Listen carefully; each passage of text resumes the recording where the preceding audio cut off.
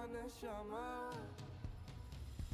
כל העולם יש עצה מאוד והעיקר לא לפחד של לקרוא, לא עברת היום מהמחר, לא לפחד.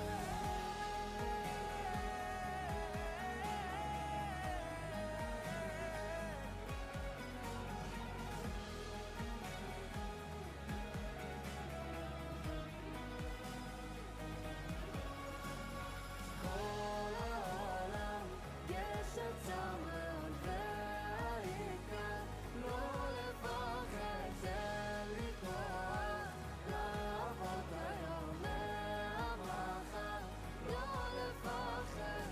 ורבי מאיר זה קודש הקודשים, וללה סוליקה תשים לה לבשה במסמרים. רבי עקיבא למד לכתוב אחרי